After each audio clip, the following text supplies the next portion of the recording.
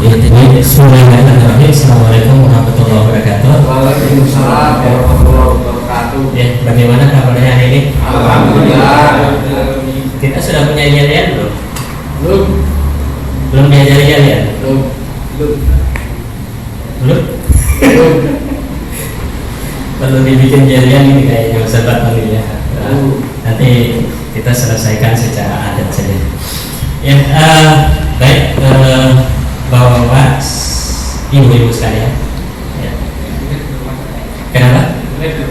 Ayo, saya sebut ibu-ibu supaya saya ngetes kalian konsentrasinya. Karena kalau diam saja berarti lagi tidur kali ini. Cuma fisiknya saja yang hadir. Soalnya hari ini kita akan bahas masuk di acara ABC yang kedua. Sebenarnya ABC itu bukan acara inti, ya. Karena acara inti itu makan-makan. Ya. Nah, itu di bagian yang paling terakhir. Cuma sebelum kita menuju ke acara inti, kita bikin acara pengantar dulu. Nah, ABC ini acara pengantar sebelum nanti kita acara makan-makan gitu. Gitu. Nah, Bapak-bapak sekalian, ya. Jadi di pertemuan yang sebelumnya kita sudah membahas tentang visi, ya, tentang kekuatan visi. Nah, sebelum membahas tentang kekuatan visi itu kita ada materi suplemen, betul ya? Ada materi suplemen. Masih ingat juga apa materi suplemennya? Ini jangan-jangan tidur duluan. Ya, tentang fundamental bisnis, betul ya? Ya. Nah, saya ingin kembali ke belakang sedikit, ya, sebelum masuk ke materi yang sebetulnya sudah disampaikan sebelumnya, yaitu terkait dengan konsep kata, ya, tentang konsep kata. Kenapa ini perlu kita sampaikan atau perlu kita bahas? Karena kita ini kan urusan dengan manusia, ya. Manusia itu urusannya, kalau kita tanya sebenarnya tujuan hidup itu untuk apa sih sebetulnya? Ya, itu kalau kita survei, itu di survei family 100 misalnya, ya, kira-kira kalau kita tanya sampean itu tujuan hidupnya itu apa? Pasti ini, pasti yang paling dominan di antara jawaban itu adalah soal materi. Soal materi, ya, apalagi kalau sama pengusaha. Jadi kalau kita bicara dengan pengusaha, dengan manusia, kita bicara materi. Bicara dengan pengusaha itu almost 100% bahwa yang dibahas itu adalah soal materi. Itu soal materi atau soal ekonomi lah kalau bahasa umumnya, ya.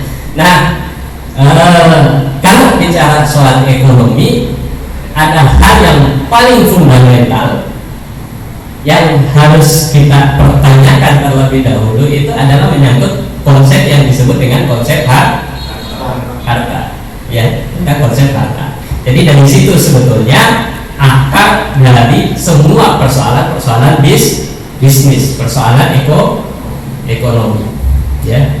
Artinya saya ingin mengatakan begini, ya, sebelum kita melangkah terlalu jauh, ya, itu yang paling pertama kita pertanyakan dalam diri kita itu adalah apakah harta yang selama ini itu betul milik kita atau hanya klaim milik kita? Ya. Apakah sesuatu yang kita dapatkan itu memang realnya adalah kepemilikan kita, atau sesuatu yang kita dalam tanda petik orang sekarang bilang itu Spanyol? Tahu Spanyol? Separuh nyolong. Separuh nyolongnya kenapa? Separuh nyolongnya itu karena ada harta yang kita ambil atau yang kita dapatkan yang sebetulnya tidak di dalam konsep izin, gitu, ya. Konsep izin itu artinya sesuatu yang kita dapatkan, yang kita peroleh, yang itu dilegalkan, yang itu dibenarkan untuk diperoleh, gitu. Ya. Makanya ini satu hal yang paling fundamental, ya, terkait dengan siapa sesungguhnya yang memiliki harta, ya.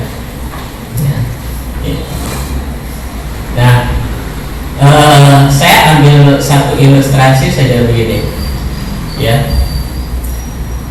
Bapak-bapak ini kan pengusaha, ya. Pengusaha dalam pengertian secara umum. Kalau secara umum itu pengusaha artinya orang yang sedang berusaha. Ya, orang yang sedang berusaha. Nah, bapak-bapak kalau sebagai pengusaha itu yang paling dikeseli, yang paling disesali dalam usaha itu apa kira-kira? Rugi itu akibatnya. Tapi yang paling esensi, yang paling dikesali kalau datang kepada pengusaha apa kira-kira? Petugas pajak. Betul nggak? Petugas pajak itu saja. Ya. Selain petugas pajak, yang paling dikeseli apa? Kalau usahanya berbasis pada hutang kepada siapa? Kepada apa? Jadi yang paling dikhawatiri kalau kira-kira kita mau usaha itu apa? Datang tukang kasih tahu bapak sedang tidak ada di rumah. Anaknya juga begitu. Tadi katanya bapak kalau ada yang bilang bapak tidak ada. Bapaknya ada di mana? Ada di mana? Ya, jadi nah persoalannya kemudian adalah bahwa ketika pajak itu dia ditarik dari kita, itu apakah itu haknya siapa narik pajak? Apakah harta yang kita punya itu bukan milik kita? Kok ada orang gak napa-napa tiba-tiba kok datang narik pajak? Misalnya begitu ya. Nah, ini cuma sekedar anu saja, jangan wah ini nanti kayaknya kayak iklan gitu kan. Kalau tidak bayar pajak apa kata dunia gitu kan. Hari ini nggak bayar pajak apa kata dunia kan begitu. Ya. Atau misalnya petugas dari bank datang kepada kita, kemudian setelah itu minta tagih utang katakanlah kita punya utang kepada dia 1 juta. Tapi kemudian yang ditagihkan kepada kita 1.100.000. Nah 100 itu sebetulnya hak miliknya siapa? Hak milik kita atau hak milik bank? Ya kan? Gitu. Jadi dari situ fundamennya kita bicara tentang harta kepemilikan. Ya, makanya nanti ada pembahasan terkait dengan siapa sebenarnya yang punya legalitas, yang punya legal standing sebagai pemilik harta, ya kan? Supaya tidak masuk dalam kategori apa tadi? Spanyol. Kita sing nyolong, kita itu dicolong gitu. Ya. Kayaknya masih pembukaan, sudah 10 menit ya.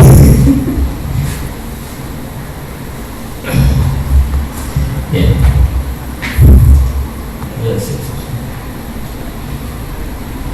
Ya, jadi ini saya percepat saja ya, namanya suplemen jadi tidak terlalu. Nah ini, jadi kalau kita bicara tentang konsep harta, ya, itu ada beberapa variabel yang terkait, yaitu pertama soal kepemilikan, harta ini sesungguhnya milik siapa. Baru kemudian kita bicara tentang pengelolaan harta, ya. Baru kemudian kita bicara soal distribusi, ya. Nah ini kita masuk pada yang pertama, ya. Nah kalau menyangkut masalah siapa sesungguhnya yang memiliki harta, ini sudah ada keterangan dari Nas, ya. Ya saya bacakan artinya saya, 2 telapak kaki manusia akan selalu tegak di hadapan hingga dia ditanya tentang umurnya, untuk apa ia habiskan, tentang ilmunya, untuk apa ia pergunakan, tentang hartanya dari mana ia peroleh dan untuk apa ia belanjakan, dan tentang tubuhnya untuk apa ia korbankan. Jadi coba Bapak sekalian perhatikan bahwa dalam konteks harta ini, kalau yang lain itu hanya ditanyakan 1 pertanyaan saja, tapi kalau untuk harta itu ditanyakan 2. Didapat dari mana dan untuk apa ia belanjakan. Ya. Artinya begini, kalau harta itu katakanlah misalnya ini HP ya, HP ini milik saya ya. Kalau saya anggap itu sebagai milik saya, itu kalau saya banting itu boleh atau tidak? Boleh. Saya buang boleh atau tidak? Boleh. Saya kasihkan orang boleh atau tidak? Boleh. Kenapa? Karena itu milik saya gitu kan. Tuh. Tapi kalau punya orang lain terus saya banting, kira-kira boleh atau tidak? Ya kan? Jadi itu konsep kepemilikan. Artinya kalau kita itu merasa bahwa harta itu adalah milik kita sepenuhnya, mau kita gunakan untuk apa itu suka-suka kita, terserah kita, ya. Ya. Nanti ini juga ada kaitannya dengan misalnya pertanyaan, kalau begitu tambang di Freeport itu sebetulnya punya siapa sih sebetulnya? Kalau dia merasa bahwa itu saya yang punya, ya suka-suka dia mau pakai, dia mau gunakan, dia mau manfaatkan untuk apa saja, terserah kepada dia. Itu kalau dia mengaku bahwa harta itu adalah milik dia. Nah, tetapi kalau dalam konsep Islam, ya, nah ini, bahwa yang disebut dengan harta itu adalah milik Allah Subhanahu Wa Taala, ya. Dalam Quran surat An-Nur, dan berikanlah kepada mereka sebagian dari harta Allah yang dikaruniakan kepada kalian, ya. Jadi ini konsepnya sangat basis sekali, sangat fundamental sekali, bahwa kalau di dalam Islam yang disebut dengan harta itu adalah milik Allah, ya. Kemudian Allah memberikan kekuasaan kepada manusia dan sekaligus menjadikan harta itu sebagai hak kepemilikan manusia, ya. Jadi ini ada fungsi yang namanya pemindahan, ya, kepemilikan dari Allah sebagai pemilik harta itu kepada manusia itu melalui sejumlah kalau kita boleh istilahkan itu izin, gitu. Ya, kalau boleh kita istilahkan itu izin artinya yaitu kita boleh dapatkan itu menjadi milik kita itu melalui prasyarat tertentu, gitu. Nanti kita jelaskan bagaimana caranya. Nah, jadi intinya adalah bahwa kepemilikan real atas harta harus dengan izin dari Allah sebagai pemilik hakiki harta, gitu. Ya, karena Allah yang punya, berarti kalau itu diberikan kepada kita, ya berarti harus ada izin. Ya. Nah, pihak yang diberi izin dapat dibagi menjadi 3, ya. Individu, masyarakat umum, dan negara. Ya. Oke, kalau istilahnya ini harta saya, ini harta negara, ini harta milik umum. Air itu kira-kira milik siapa? Ya, boleh nggak air itu dimiliki oleh pribadi? Ya. Tambang itu kira-kira milik pribadi atau milik umum atau milik negara? Ya. Kalau di dalam penjelasan pasal 33 ayat 1, 2, 3 itu disebutkan apa? Bumi, air, dan kekayaan alam yang terkandung di dalamnya apa? Dikuasai oleh negara dan digunakan sebesar-besarnya untuk kemakmuran rakyat. Jadi sebetulnya milik siapa? Dikuasai oleh negara, digunakan sebesar-besarnya untuk kemakmuran rakyat. Kalau dikuasai itu maksudnya apa? Kalau kata dikuasai itu, ya. Mau saya investasikan, mau saya kasihkan ke individu tertentu, mau saya kasihkan ke negara lain, terserah. Karena itu di bawah kekuasaan saya. Makanya ada orang bilang ini pasal yang paling dikhianati. Tapi kalau orang belajar konstitusi sebetulnya itu sah karena dia merasa menguasai harta itu, ya. Makanya kalau kita lihat seperti Freeport itu dikuasai oleh orang per orang, ya. Ya, di zaman Pak Harto itu 90% itu lari ke kapital, kan, yang menguasai ekonomi. 9% larinya ke keluarga cendana. Nah, 1% itu baru kita bagi 270 juta. Ya. Nah sekarang ada lagi di Papua itu yang baru ditemukan kandungan minyaknya kandungan emasnya jauh lebih banyak daripada Freeport. Namanya Blok Wabu, ya, kekayaannya sangat luar biasa. Itu dimiliki oleh atau baca di ya. Ya, yang kemarin lagi sengketa karena ada yang mengungkit itu, oh di balik Blok Wabu ada nama si ini, yang akibatnya sekarang dia diperkarakan gara-gara mencemarkan nama penguasa itu. Ya, kebayang kalau kita punya emas satu gunung. Ya, mau dibikin apa? Usaha kecil kira-kira berapa gerai gitu kan? Ya. Nah, jadi pihak yang diisi ada individu, ada masyarakat secara umum, dan juga ada negara. Tuh, jadi ini konsepnya. Jadi kepemilikan individu ada isim syarat. Individu memanfaatkan suatu barang dan jasa. Nah, kepemilikan ditetapkan berdasarkan ketetapan boleh tidaknya barang dan jasa itu untuk dimiliki, ya, serta cara perolehan yang kemudian diizinkan.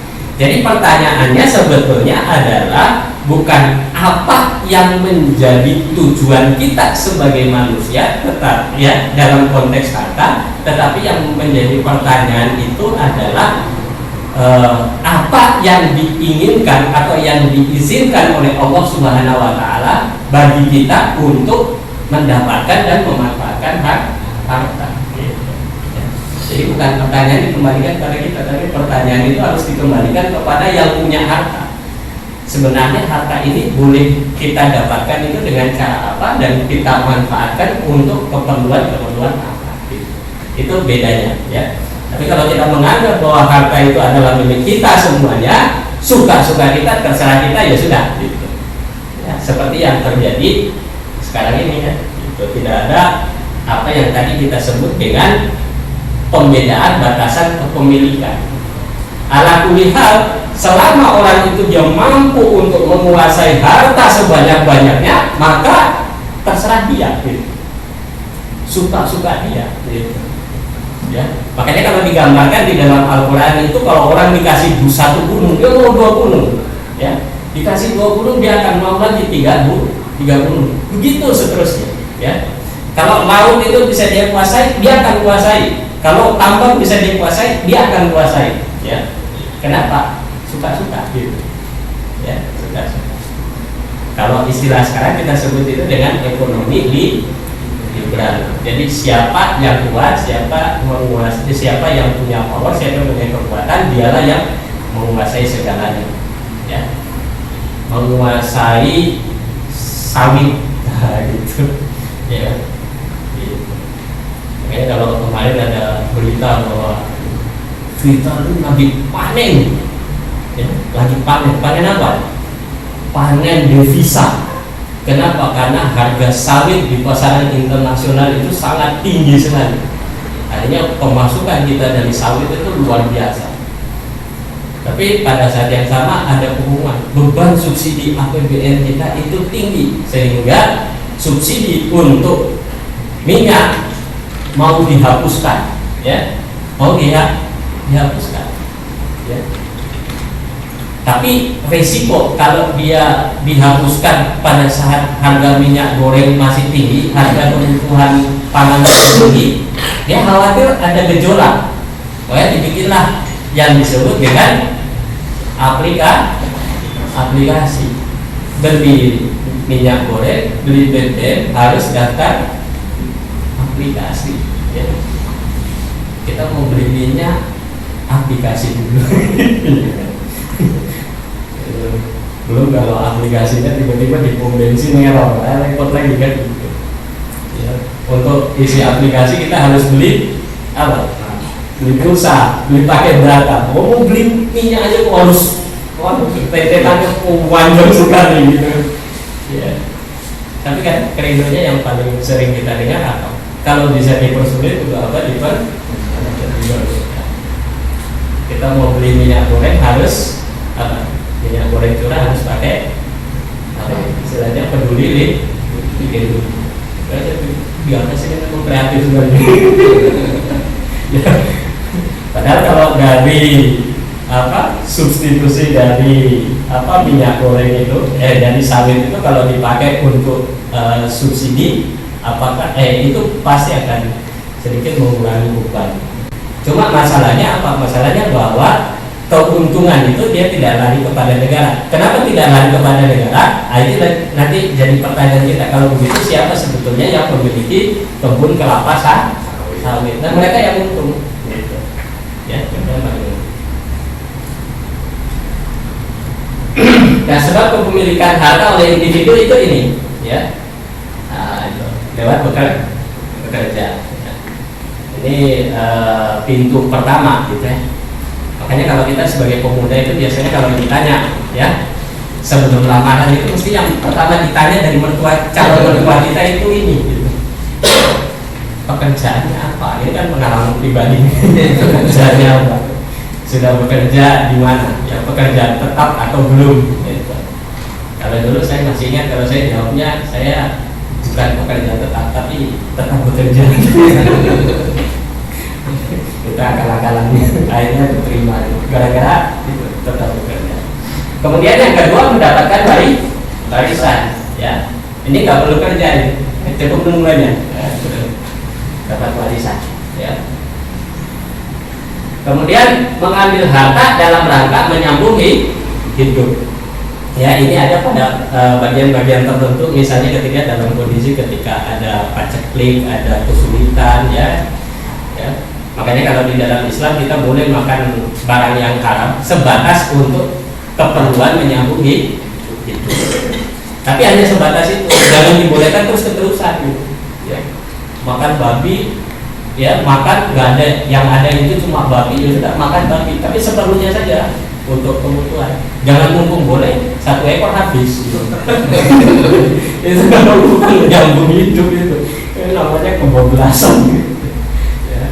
Kemudian ini pemberian negara kepada rakyat. Kalau dalam istilah kita itu adalah subsidi atau i'ta'ud daulah, ya, kalau di dalam bahasa Arab itu subsidi. Jadi subsidi kita itu adalah hak kita, gitu, bukan beban negara, gitu, ya. Maka justru kemudian kalau eksistensi daripada sebuah negara itu dianggap ada atau tidak ada, itu melalui adanya subsidi. Karena kalau tidak ada subsidi sebetulnya peran negara itu hilang, karena semuanya itu diserahkan atau dikembalikan kepada mekanisme pasar. Kalau semuanya dikembalikan kepada mekanisme pasar, problemnya adalah untuk apa kemudian kita punya negara, gitu kan? Semuanya kita mau sendiri kok, gitu. Tapi itu harus konsisten. Kalau semuanya melalui mekanisme ekonomi, tidak boleh ada subsidi, pajak juga jangan boleh ada, begitu logikanya. Tapi kalau kita subsidi dihapus, pajak ditarik terus, itu yang namanya Spanyol. Apa Spanyol tadi? Separuh ngerampok gitu ya. Ya, ini agak sedikit. Kemudian harta yang diperoleh oleh seorang tanpa mengeluarkan harta atau tenaga apapun, seperti hadiah, hibah, mahar dan lain, ya. Jadi ini boleh, ya, kalau kita dikasih hadiah itu boleh, kecuali benda. Jadi benda namanya gratifikasi itu semuanya tidak diperbolehkan. Ya, kalau kita sih bebas-bebas saja, kan. Nah, habis ini ada yang mau kasih saya hadiah, enggak apa, saya terima. Ya.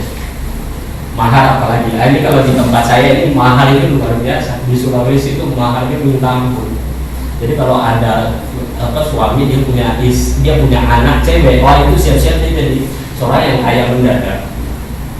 Maharnya apa? Maharnya sawah, ya, berapa hektar dan sapi tanpa kena penyakit mulut dan kuku minta 3 ekor, ya, sama emas berapa? Ya, makanya saya nggak nikahi orang Makassar, Sulawesi. Saya nikahi orang Madiun, orang Rejomulyo. Yang dulu ketika saya sama bapak saya ditanya, naikkan duit berapa? Sekian. Loh, kok murah sekali? Carikan saya 3 kalau carikan orang Madiun 3. Kalau di Sulawesi repot. Makanya cinta itu kebanyakan nggak berlaku di Sulawesi. Yang berlaku itu kalau punya sawah maju nekat aja meskipun jelek gitu. ya. Yang mengaku jelek silakan ke Makassar. Asal harganya banyak. Nah kemudian ini pengembangan harta. Sudah selesai belum waktunya? Ya. Nah, ini tentang tata cara pengembangan harta. Kalau sudah jelas tentang batasan tentang kepemilikan tadi, mana yang boleh dimiliki dan seterusnya, maka bagian kedua daripada itu adalah pengembangan kepemilikan. Ya. Makanya itu yang membedakan antara rezeki dengan kepemilikan. Jadi kalau kepemilikan itu boleh kita manfaatkan, ya, ada kaitannya dengan pemanfaatan atau kemudian. Kalau rezeki itu tidak ada kaitan, tidak ada korelasi dengan pemanfaatan. Makanya ada istilahnya rezeki halal, ada rezeki haram. Kalau maling dia habis kerampokan itu rezeki, tapi rezeki yang halal. Tapi kalau secara kepemilikan yang sah menjadi kepemilikan dan boleh dikembangkan itu adalah yang masuk dalam wilayah kepemilikan. Ya. Makanya kalau ada orang dia bersedekah, ya, menggunakan harta yang batil dan seterusnya, maka mereka tidak dianggap. Ya. Hasil merampok bank dipakai untuk sedekah, tidak dianggap. Ya. Dan seterusnya. Jadi ini, ya, pengembangan harta. Kadang pengembangan harta pertanian penelitian ditempuh dengan 3 mekanisme. Ini mengembangkan tanah melalui aktivitas pertanian. Makanya nanti kalau di dalam Islam itu kita akan membahas tentang hukum-hukum tentang pertanahan. Jadi bukan hanya sosialisme saja yang punya konsep tentang pertanahan, di dalam Islam pun juga punya konsep pertanahan. Karena ini basis sekali, dia sifatnya itu fundamental sekali. Kita boleh tidak punya uang, tapi kalau kita punya tanah, itu dia bisa jadi aset yang macam-macam. Seperti misalnya di Mesir sekarang itu terjadi gejolak krisis, itu harga pangan itu naik sampai 4-5 kali lipat. Tapi orang sana itu tidak terlalu menjadi masalah. Kenapa? Karena mereka punya tanah yang luas. Ya, di Australia punya tanah yang luas. Bahkan mereka anggap lebih baik punya tanah daripada punya uang. Nah repotnya kalau kita di sini itu ada krisis moneter, kita nggak punya tanah juga buat pangan. Gitu. Nah sekarang kan dunia sedang memasuki apa yang disebut dengan gejolak krisis pangan, dan itu akan kembali kepada hukum-hukum tentang bagaimana pemanfaatan tanah. Di Indonesia itu 90% tanah dan hutan di Indonesia sudah dikuasai oleh swasta. Ngerinya di situ sebetulnya. Kalau di desa masih banyak, ya, tanah-tanah. Kalau di kota sudah ada itu. Karena bahkan rumah juga cuma satu kotak, satu kotak tiba. Kelihatannya itu mewah, tiba-tiba. Tapi begitu sekali datang badai hilang semua, saat tanah-tanahnya hilang. Ya, model kayak apartemen itu kan orang bingung, sertifikatnya atas nama siapa. Nah ini kepemilikan umum ini, ya. Kalau tadi kepemilikan individu, kalau kepemilikan umum ini, ya. Harta dalam terbagi menjadi hak, ya, bagi seluruh manusia berserikat dalam 3 hal: air, api, pada pengembangan dan api. Ya, jadi kalau kias 3 ini barang yang menjadi hajat hidup orang banyak seperti air dan energi, listrik, BBM itu sebetulnya hak milik umum, ya. Ya. Itu ajaibnya kata sekarang semua yang menjadi hak milik umum dikuasai oleh swasta, kemudian dikasih bandrol harga. Gitu. Makanya kalau kita lihat petani kita juga sulit mau ngairi sawahnya melalui air yang airnya itu dia beli. Padahal air itu oleh Allah Subhanahu wa taala itu diberikan kepada kita itu secara gratis. Sama seperti udara, sama seperti oksigen, sama seperti emas. Tahu-tahu ditanam aja di situ gitu. Kok bisa-bisanya Allah Subhanahu wa taala memberikan sesuatu itu gratis kepada kita, ada orang kasih petak kemudian menjual kepada kita dengan menggunakan mekanisme yang disebut dengan harga.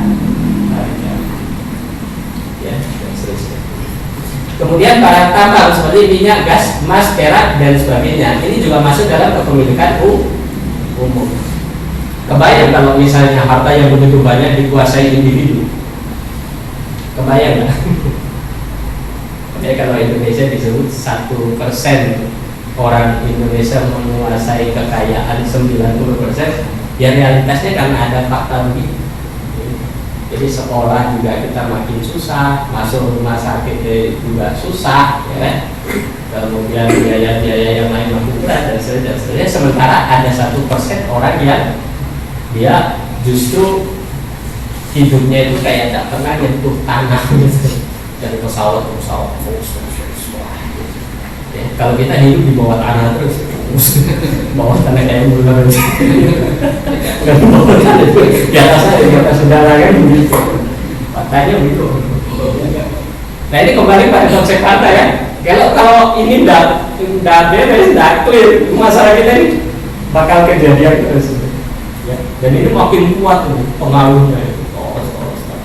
Bahkan pengaruhnya sampai ke wilayah politik. Bayar partai politik, bayar ini, yang dukung si A, dukung si B, dukung si C, ya. Dengan kekuatan apa? Duit dari apa? Itu hasil penguasaan tambang, sawit dan sebagainya. Ya, kalau kita cuma nunggu remah-remahnya biasanya, apa? Kalau ada pemasangan baliho, satu baliho berapa 10.000 kan? Tapi itu pun juga sudah mulai ditinggalkan, makanya sekarang pemilu kemungkinan besar tidak pakai baliho, pakai Instagram. Jadi itu langsung Instagram promosinya dan seterusnya. Ini goyangannya ya. Nah kemudian barang yang secara alamiah tidak mungkin dimiliki secara persorangan seperti jalan, sungai, laut, selat, atmosfer udara dan sebagainya. Ya, jadi ini masuk dalam kepemilikan umum yang harusnya kita mendapatkan secara gratis atau secara cuma ya. Jalan. Jadi bapak saya diajak keliling ke Makassar, wah enak di Makassar dengan jalannya sudah pada bagus ya, cepat.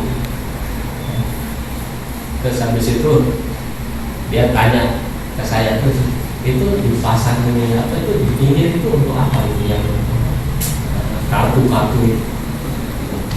Ini dari tadi kita lewat jalan ini udah habis 300.000 Pak. Kenapa jalan suruh bayar lagi?